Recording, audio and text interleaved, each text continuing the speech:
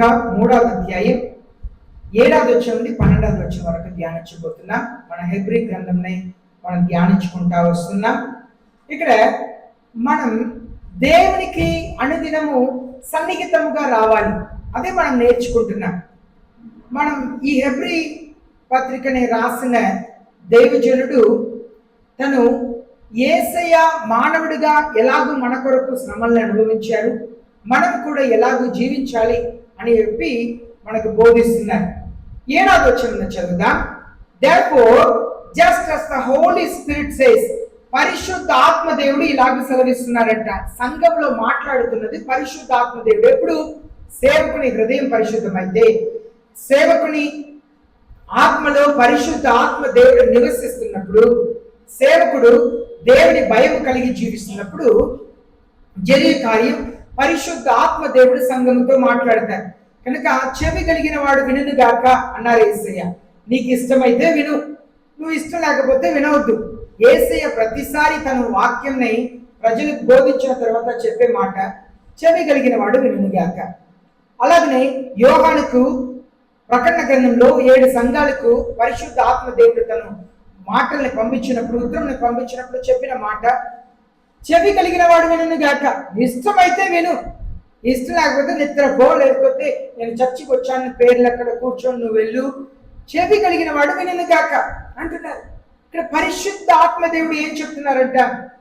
Today if you hear his voice, ఈ రోజు నువ్వు దేవుని మాటల్ని విన్నట్లయితే, నువ్వు ఈ రోజు పరిశుద్ధ ఆత్మదేవుడు మాట్లాడుతున్నారు, నువ్వు ఈ రోజు దేవుని వాక్యమును విన్నట్లయితే, దేవుని స్వరంని విన్నట్లయితే నువ్వు ఏమి చేయాలి? అదే ఇక్కడ పరిశుద్ధ ఆత్మదేవుడు చెప్తున్నారు. చూడండి, సాతానుడు ఎప్పుడు కూడా ఒక మాట చెప్తాడు, ఇంకా ఒక రోజు చూస్తాం, రేపు చూస్తాం అంటాడు సాతానుడు.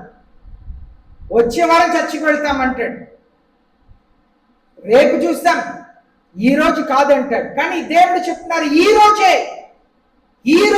ఈ రోజు నువ్వు దేవుని స్వరం వింటే రేపుకు వాయిదా అయ్యొద్దు, రేపుని చెప్పొద్దు. నేను మారు మనసు రేపు పొందుతాను. చాలా మంది ఇలా అనుకుంటారు క్రైస్తవులు. ఇంకా వయసు ఉంది, మన పిల్లలు పెద్ద పిల్లలు అయితే, అయ్యో నా పిల్లలకు తెలివి వచ్చింది కదా, నేను బిడ్డకు బాప్తిసం ఇవ్వాలి అని ఆలోచన చేయను. లోక తెలివి అంత లోకంలో ఏం తెలివి కావాలో అన్ని పిల్లలకు తెలివి వచ్చి ఉంటుంది, ఆయనప్పుడు కూడా పిల్లలకు బాప్తిసం ఉంది. ఇదే నిజమైన, అప్పుడు మీరు దేవుని ఎదుట ఎలా నిజమైన క్రైస్తవుడిగా దేవుడు మనల్ని ఎంచుతాడు? దేవుని వాక్యం ఈ రోజు నువ్వు పరిశుద్ధ ఆత్మ స్వరం వింటే ఏ విషయం మార్చుకోవాలో ఆ విషయం మార్చుకోమని దేవుడు కోరుకుంటున్నాడు. ద్వితీయోపదేశకాండం 12వ అధ్యాయం 9-10 వచనాలు చదువుతాం. ద్వితీయోపదేశకాండం 12వ అధ్యాయం 9-10 వచనాలను చదువుతాం.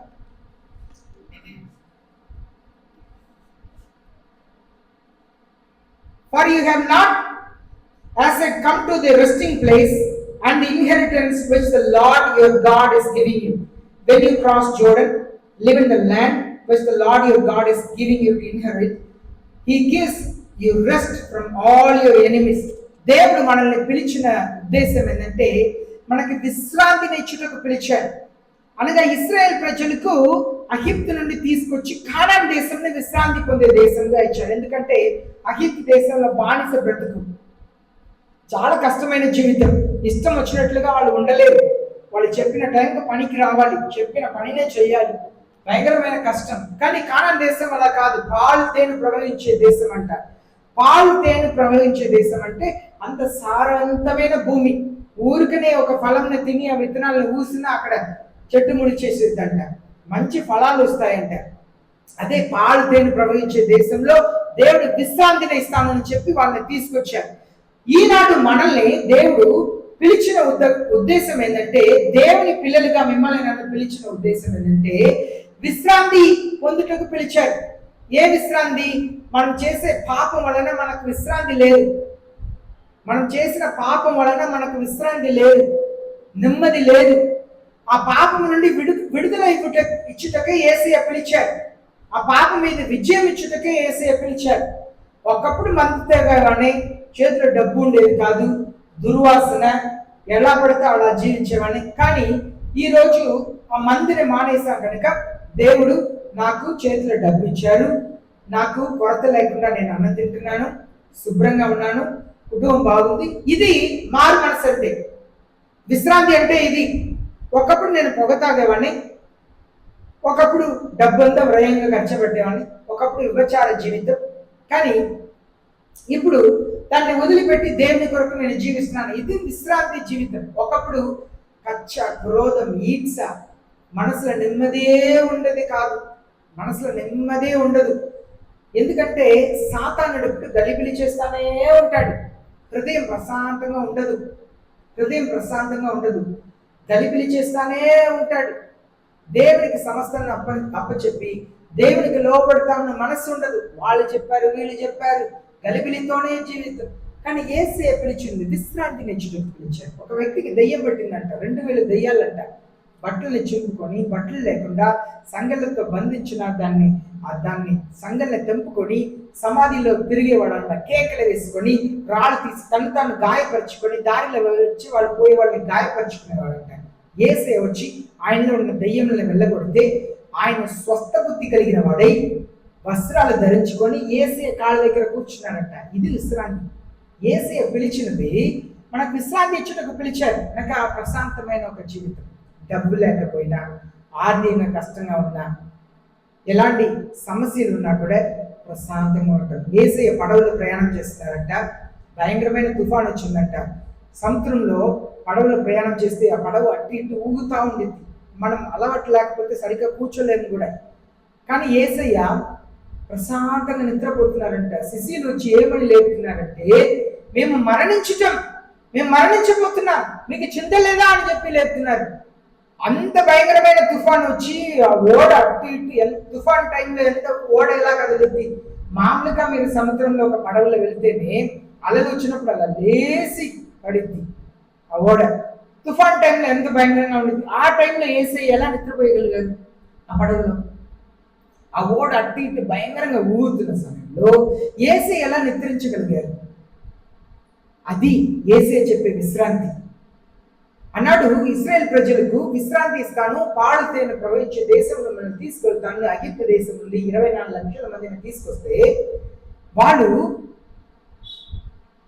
కానాన్ దేశ అంచులో వచ్చిన తర్వాత, కాదేశ్ బర్నా వచ్చిన తర్వాత మోసే పంపిస్తున్నారు 10 మందిని, వెళ్ళి చూసి రండి, మనం మా దేశం ఎలా ఉందని చూసి రండి అంటే 10 మంది వెళ్ళారు.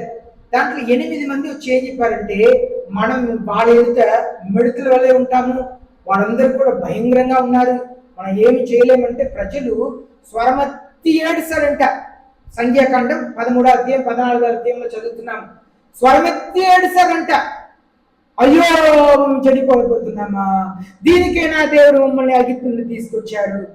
దేవుడి ఎర్ర సముద్రంలో బాయలు చేసి ఐగుప్తు దేశంలో 10 అద్భుతాలు చేసి అక్కడ ఉన్న మొదటి పిల్లలందరినీ కూడా సంగారం చేసి ఇన్ని అద్భుతాలు చేసి మిమ్మల్ని కాదేశ్ బర్నా దాకా రాత్రి పూట అగ్నిస్తంభం అంట, పగటి పూట మేఘస్తంభం అంట, ఎండ తగలకుండా, ఎడారిలో ఎండ తగలకుండా 24 లక్షల మందిని కాపాడాలంటే ఎంత పెద్ద మేఘం ఉండాలి, మేఘస్తంభం.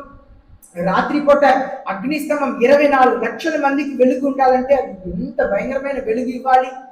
అది ఎందుకు దేవుడు రాత్రి పూట అగ్నిస్తంభంగా ఉన్నారంటే జంతువులు రాకూడదు, ఇశ్రాయేల్ ప్రజలకు భయం లేకుండా ఉండాలని అంత భయంకరమైన అద్భుతంతో తీసుకొస్తే 8 మంది చెప్పిన మాటలను విని కృంగిపోయారు.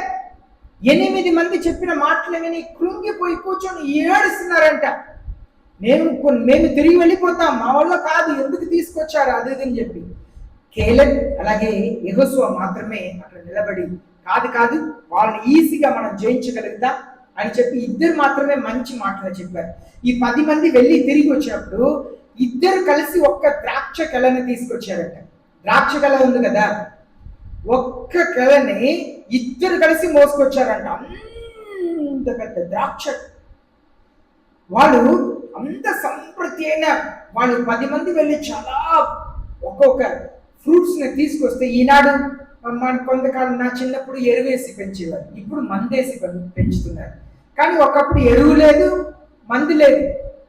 దేవుడు వర్షాన్ని పంపిస్తే అలా భయంకరమైన, అంత ఆరోగ్యకరమైన, రుచికరమైన పండులు వచ్చేది.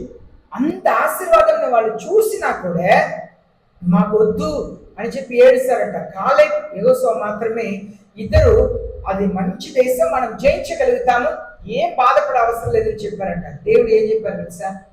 ఈ ఇద్దరు మాత్రమే కానాన్లో ప్రవేశిస్తారు, మిగిలిన వారందరినీ నేను చంపేస్తానని చెప్పి అగిప్తు నుండి కానాన్ దేశానికి 11 రోజులే ప్రయాణం. 11 రోజులే ప్రయాణం. అగిప్తు నుండి కానాన్ దేశానికి 11 రోజుల ప్రయాణం. కానీ ఈ ప్రజలు దేవుని మాటని నమ్మలేదు కనుక కాలేబ్ యెహోషువ తప్ప 24 లక్షల మంది 40 సంవత్సరాలు ఎడారి అంతా చుట్టూ తిరిగి ఎడారిలో చివరి వ్యక్తి చనిపోయేదాకా దేవుడు వాళ్ళని తిప్పారండి. ఆ ఎడారిలో ఎవరెవరు పుట్టారో వాళ్ళే కానాన్ దేశంలో ప్రవేశించారు. కానీ అగిప్తు దేశం నుండి ఎవరైతే బయలుదేరి వచ్చారో వారిలో ఇద్దరు తప్ప ఎవరు కూడా దేవుడు చెప్పిన విశ్రాంతి పొందలేదు, కానాన్ దేశంలో ప్రవేశించలేదు. అది ఇక్కడ చూస్తున్నాం. చూడండి, నువ్వు దేవుని స్వరంగా విన్నట్లయితే నువ్వు చేయవలసిన పని ఇదే అని చెప్పి 8వ వచనం చదువుతాం. హెబ్రీ గ్రంథం 3వ అధ్యాయం 8వ వచనం. Do not harden your hearts as when they provoked me, as in the day of trial in the wilderness. ఎడారిలో మీ తండ్రులు నన్ను శోధించినట్లుగా, నన్ను విసిగించినట్లుగా మీరు చెయ్యలాకండి. ఈనాడు క్రైస్తవులు దేవుని ఎంత శోధిస్తున్నారు, ఎంత విసిగిస్తున్నారు. క్రైస్తవులు యేసుని ప్రేమించట్లేదు. యేసు చెప్పారు, మీరు నన్ను ప్రేమించినట్లయితే నా ఆజ్ఞకు లోబడతారు అన్నారు. ఈనాడు యేసుని ప్రేమించట్లేదు, యేసు ఆజ్ఞకు లోబడటానికి ఇష్టపడట్లేదు. దేవుడు చాలా బాధపడుతున్నారు. Do not harden your heart. మీరు మీ హృదయాన్ని కఠినపరచుకోవద్దు. యాజ్ వెన్ దే ప్రొవోక్డ్ మీ. నీ తండ్రులు అగిప్తు దేశంలో హృదయాన్ని కఠినపరుచుకున్నట్లుగా మీరు కఠినపరచుకోవద్దు. ఈనాడు చాలా మంది హృదయాన్ని కఠినపరుచుకొని, అదే చెప్తున్నానే, మా చర్చికి రండి అమ్మా, వస్తామండి, అక్కడికి ఎక్కడ వెళ్ళము. హృదయ కఠినత. పాపం చేసి చేసి చేసి చేసినప్పుడు వార్త వేయబడిన హృదయంగా మారిపోతాయంట. దేవుని స్వరం అలా వెళితే అది లోన వెళ్ళదు. మట్టి ఎండిపోయి ఉన్నప్పుడు మీరు పారతో దాన్ని తీస్తే మట్టి రాదు. ఒక బకెట్ నీళ్లు పోయింది అక్కడ, అలా పారతో తీస్తే సులువుగా వచ్చేసింది. ఎప్పుడైతే మన హృదయం మెత్తని హృదయంగా మార్చబడుతుందో అప్పుడే దేవుని వాక్యం విత్తబడటానికి అవకాశం ఉంటుంది. మనం చూస్తున్నాం, వాక్యం సెలవిస్తుంది, రాయి లాంటి హృదయం తీసివేసి నీకు మెత్తలైన హృదయం, మాంసమైన హృదయం నేను ఇస్తాను.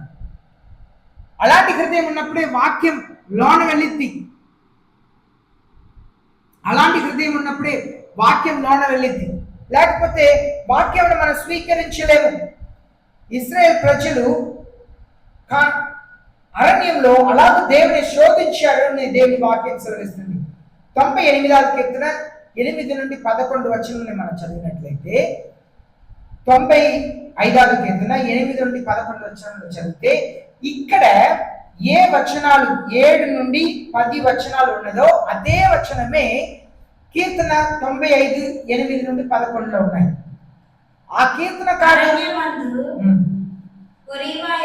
మీరు కఠినపరచుకొనినట్లు, మస్సా దినమందు మీరు కఠినపరచుకొనినట్లు మీ హృదయములను కఠినపరచుకొనకుడి. అటుగా మీ పితరులు నన్ను పరీక్షించి శోధించి నా కార్యములను చూచిరి.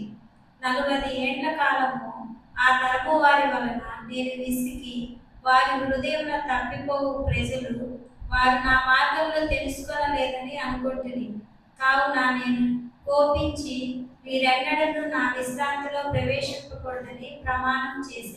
చూడండి, దేవుడికి కోపం వచ్చిందంట, దేవునికి విసుగు వచ్చిందంట. ఈనాడు పరిశుద్ధ ఆత్మదేవుని ఎంతమంది దుఃఖపరుస్తున్నారు సంఘంలో. చూడండి 9వ వచనం, that your fathers tried me by testing me and saw my works for 40 years. మనం ఇప్పుడు చదివిన అదే 40 సంవత్సరములు నా కార్యములను చూచి మీ పితరులు నన్ను పరీక్షించి శోధించిరి. Therefore I was angry with this generation and said, they always go astray in their heart and they did not know my ways. యేసయ్య చెప్తున్నారు, వాళ్ళు హృదయంలో తప్పిపోతున్నారు. హెబ్రీ పత్రిక 3వ అధ్యాయం 10వ వచనం. హృదయంలో తప్పిపోతున్నారంట.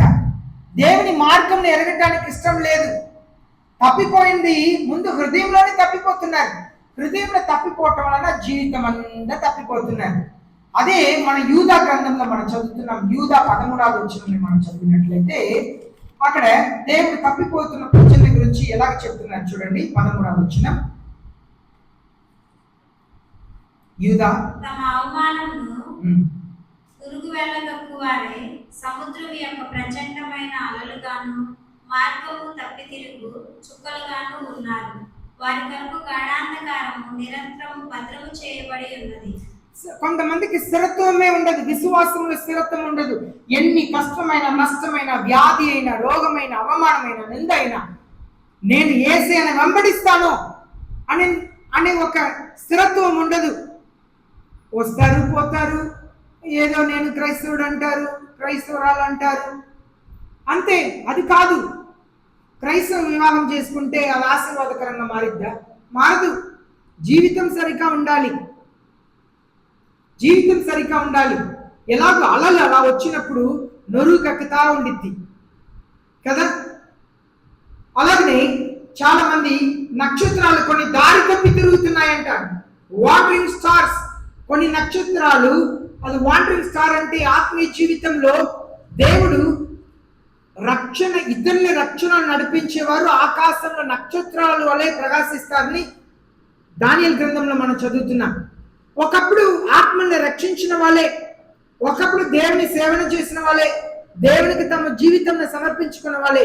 కానీ ఈనాడు అలా తిరుగుతూ ఉంటారు. కారణమే లేక, నిష్కారణముగా, ఉపయోగం లేక, దేవునికి ఉపయోగం లేక, దేవుని పనికి ఉపయోగం లేక. అదే ఇక్కడ యూదా పత్రికలో మనం చదువుతున్నాం. ఆ ఇశ్రాయేల్ ప్రజలు అలాగే 40 సంవత్సరాలు అగిప్తు నుండి వాళ్ళని తీసుకొచ్చిన కారణం ఏంటి? కానాన్ దేశంలో ప్రవేశించాలి, వాళ్ళు విశ్రాంతి పొందాలని. కానీ వాళ్ళు దేవునికి అవిధేయత చూపించడం వలన 40 సంవత్సరాలు ఎడారిలో తిప్పుతానే ఉన్నారు. అగిప్తు నుండి బయలుదేరిన 24 లక్షల మందిలో అందరూ మరణించే వరకు, కాలేపు యెహోషువ తప్ప మిగిలిన వారు అందరూ చనిపోయేదాకా తిప్పారు. వాళ్ళందరూ చనిపోవటానికి 40 సంవత్సరాలు పెట్టింది. 24 లక్షల మంది చనిపోవటానికి 40 సంవత్సరాలు పట్టింది. కనుక దేవుడు తిప్పుతానే ఉన్నారు. స్థిరత్వం లేని జీవితం. For whom the black darkness has been reserved for ever. ముందుగానే అటు ప్రజల కొరకు దేవుడు నరకంని సృష్టించారంట. అమ్మ ఇటు కొంచెం జరిగి కూర్చోండి, మంచిగా నిద్రపోతున్నారు అనుకొని. దీనికైనా మనం జీవితంలో దేవుడు ముందుగానే చీకటి అనే నరకంని ఏర్పాటు చేశారంటే ఇటు ప్రజల కొరకు. నక్షత్రాలే ఒక్కప్పుడు దేవుని కొరకు బ్రతికిన వాళ్ళే ఈనాడు దేవుని బాప్తిసం తీసుకొని ఎంతమంది లోకంలో వెళ్ళి జీవించలేదు. ఎంతమంది, ఒక ఆమెను గురించి ఒక ఆవిడ చెప్పారు, నాకు ఎంతవరకు నిజంగా తెలియదు, కానీ అలా బాప్తిసం తీసుకున్నానని చెప్పి బైబిల్ని తీసుకెళ్లి నదిలో పడేసి వచ్చాను. ఇలా చేయగలుగుతున్నారు. సాతానుడు ప్రజలు అంతగా మోసపరుస్తున్నాడు. కనుక దానికి ఇలాగ చెప్తున్నారు, they always go astray in their heart. ముందు మనసు సరిలేదు, హృదయంలో శుద్ధి లేదు. యెరెమయా గ్రంథంలో మన 17వ అధ్యాయంలో చదువుతున్నాము. హృదయం అన్నిటికంటే చెడ్డదంట, బహువ్యాధి కలిగినదంట. ఓ ఎంత వ్యాధి కలిగిన వారి దగ్గర దుర్వాసన వచ్చింది కదా. ఇంకా చేతిలో పుండు వచ్చింది, పాడైంది, గ్యాంగ్రీన్ అంటారు. కాళ్ళలో పుండు వచ్చింది, పాడైంది, ఒక క్యాన్సర్. వాసన ఎలా ఉండింది? బహువ్యాధి కలిగినదంట హృదయం, చెడ్డ వాసన. ఆ హృదయంలో మంచిదే ఉండదు. అలాంటి హృదయం నుండి మంచిది ఎలా బయట రాగలిగింది? చెడే వచ్చింది. దేవుడు చెప్తున్నారు, they always go astray in their heart, they did not know my ways. నా మార్గంని, ఏ దారిలో నడవాలో, ఏ దారి సరి కాదో వాళ్ళు తెలుసుకోవటానికి ఇష్టపడట్లేదు. ఈ రోజు మీరు దేవుని స్వరం వింటే, పరిశుద్ధ ఆత్మ స్వరం వింటే, 11వ వచనం, as I swore in my wrath, they shall not enter my rest. వాళ్ళు నా విశ్రాంతిలో ప్రవేశించరు అని నేను చెప్పినట్లుగా అంటున్నారు. అనగా 24 లక్షల మందిలో 2 కానానులో ప్రవేశించారంట. ఐగుప్తు నుండి బయలుదేరిన వారు అందరూ దారిలో చనిపోయారంట. మనం క్రైస్తవ జీవితాన్ని ప్రారంభించాం, ఇరుకైన మార్గంలో ప్రవేశించాం, ఇరుకైన ద్వారంలో ప్రవేశించాం. కానీ పరలోక రాజ్యం చేరాలంటే, యేసు ఎలా మనం మారాలంటే అనుదినము ఆ మార్గంలో నడవాలి. ద్వారంలో ప్రవేశించాం, క్రైస్తవుడిగా యేసుని నమ్ముకున్నాం హృదయంలో. కానీ ఇరుకైన మార్గం నడిచి పరలోక రాజ్యం చేరటం కంటే యేసు ఎలా మారాలి, మాటలు యేసు ఎలా మారాలి, చూపు యేసు ఎలా మారాలి, ఆలోచనలు యేసు ఎలా మారాలి. ఇంకా అసలు కొంతమంది మాట్లాడుతుంటే తలక పగిలేటట్లుగా అనిపించింది. వీళ్ళు ఎలా క్రైస్తవులు, వీళ్ళు ఎలా ప్రార్థన చేస్తున్నారు అర్థం కాదు. కొన్నిసారి జీవితమే విరక్తి పుట్టేటట్లుగా అనిపించింది. కారణం ఏంటంటే హృదయంలో శుద్ధి లేదు, దేవుని భయం లేదు. పై స్వరూపంని చూసి మనం క్రైస్తవుల్ని వీళ్ళు ఇలా ఉండకూడదు కదా అని మనం అనుకుంటున్నాం. పై స్వరూపం అంటే ముందు హృదయం పాడైపోయి ఉంది కనుక మంచి మాటలు పలకలేరు, ఆశీర్వాదకరమైన మాటలు పలకలేదు, కనికరం కలిగిన మాటలు పలకలేరు, జాలి కలిగిన మాటలు పలకలేరు. గాయముల్ని రేపేవారుగా ఉంటారు కానీ గాయముల్ని కట్టేవాళ్ళుగా ఉండరు.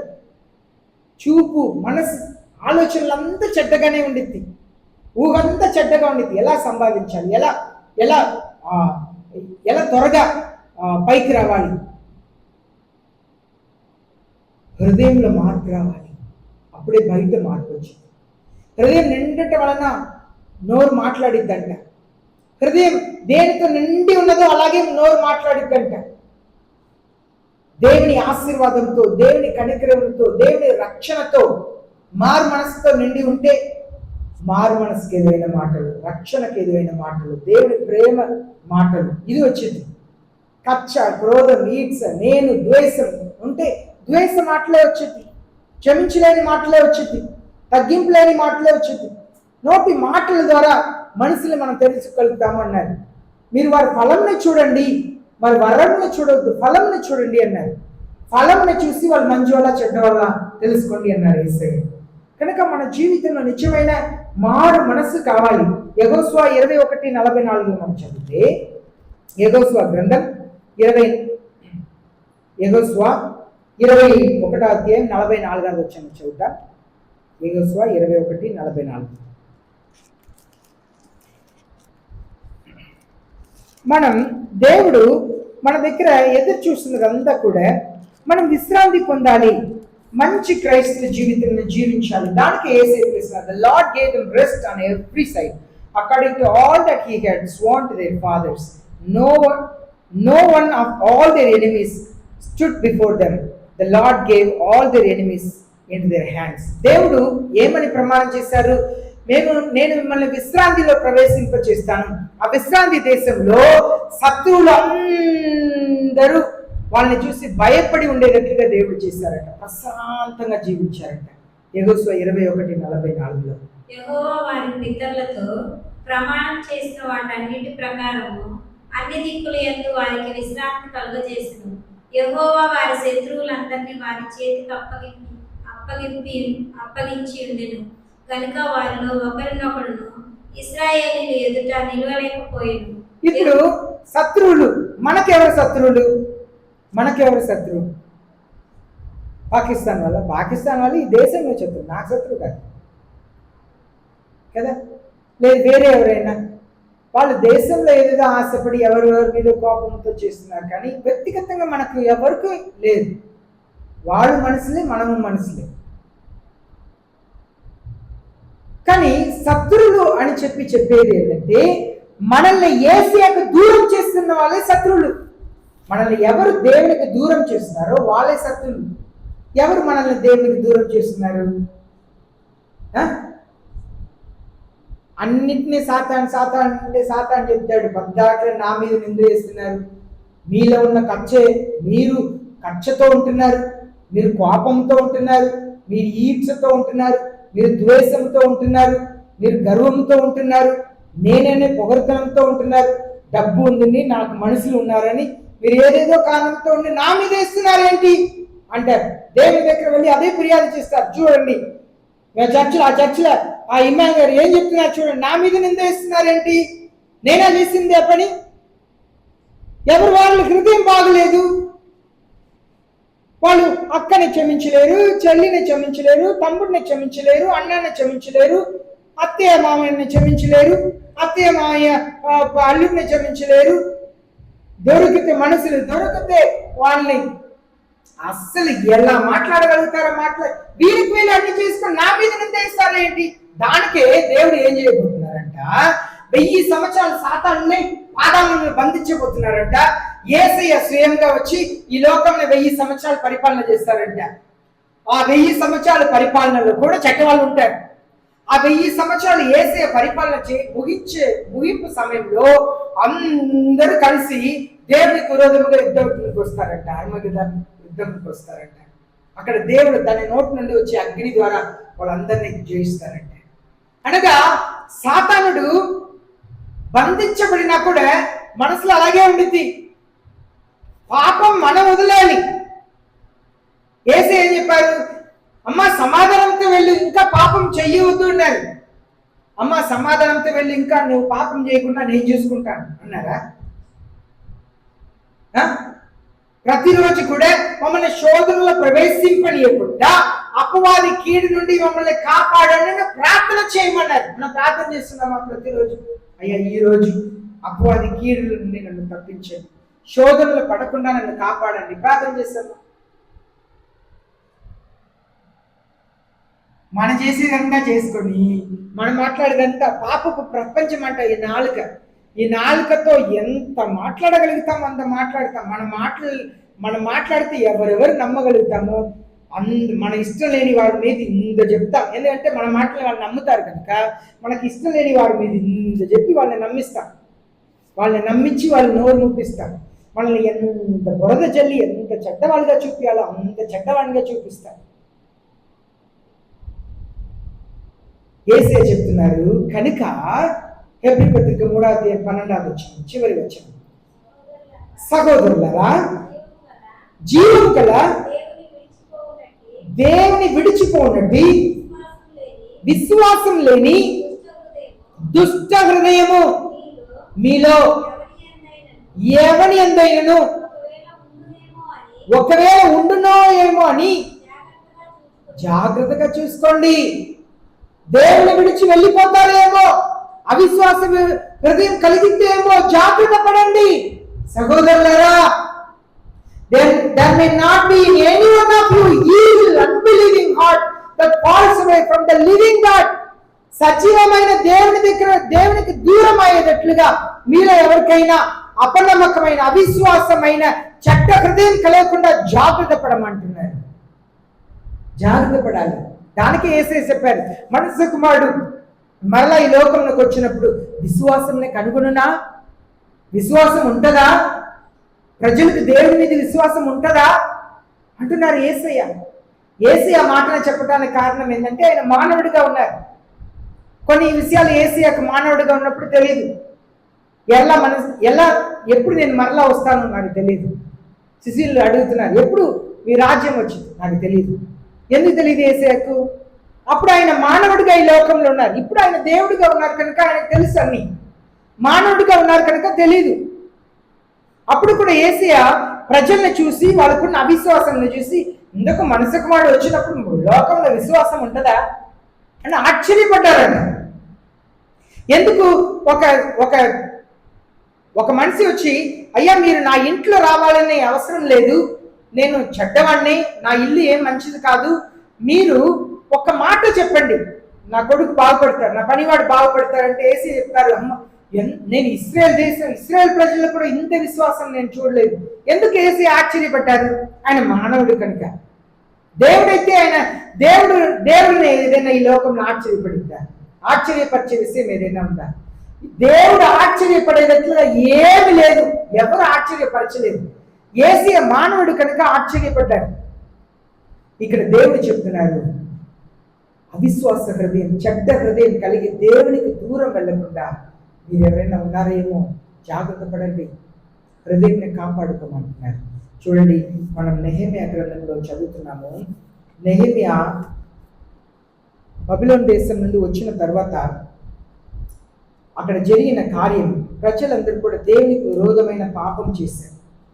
వాళ్ళు విగ్రహారాధన చేసుకున్నారు, అనగా వాళ్ళు చేయకూడని వివాహం చేసుకొని దేవునికి అయిష్టమైన పాపమును చేసి ఉన్న కాలంలో ఆ ఎజ్రా గ్రంథంలో మనం చూస్తున్నాము, వాళ్ళు ఒక నిబంధనను ఏర్పరచుకున్నారు. ఏం నిబంధన అంటే, మేము ఇంకా దేవునితోనే ఉంటాము, మేము దేవునితోనే ఉంటాము, దేవుని మాటలనే మేము పాటిస్తాము, దేవునికి విరోధమైన పాపమును మేము ఇంకా చెయ్యము అని చెప్పి they made a covenant with God. దేవునితో ఒక నిబంధన చేసుకున్నారంట. మనం కూడా దేవునితో ఒక నిబంధన చేయాలి. అయ్యా, నేను మీకు విరోధమైన పాపము నేను చెయ్యను ప్రభువా, మిమ్మల్ని గాయపరిచి మిమ్మల్ని నేను బాధ పెట్టను.